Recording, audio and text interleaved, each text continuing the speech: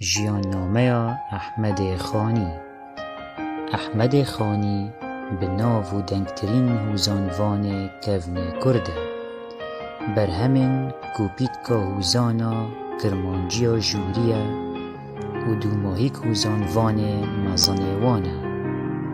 ناودنگی احمد خانی دگل مموزین سنورن دورن ولاتی برینه و برف جیهان بلاف بوینه.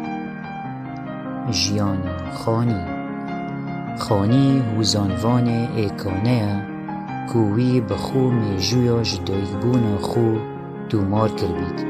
دمید بیجید لورا کودما جغیب فک بو تأریخ 1061 بو. آنکو ندمکی دا کو از جنبون پیدا بوم سال 1061 بو. رامان اوه لسال 1061 مشختی یه هاتی دنیای کو دبیت 1605 زاینی.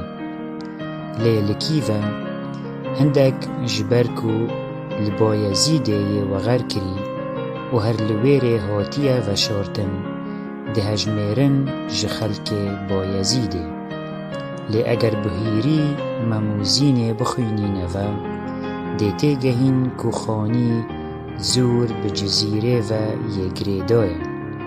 هرچند ریدان چیروکا مموزین لدورا جزیره بون و اوه هویه که مزن و گریدانه.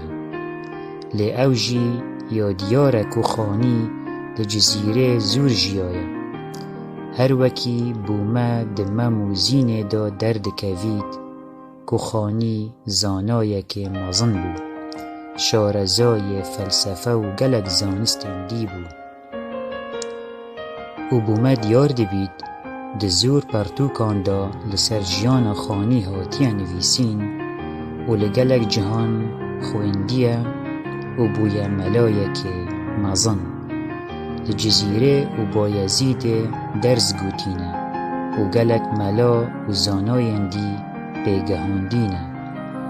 خانی لسال 1706 زاینی و غر کریه. جبر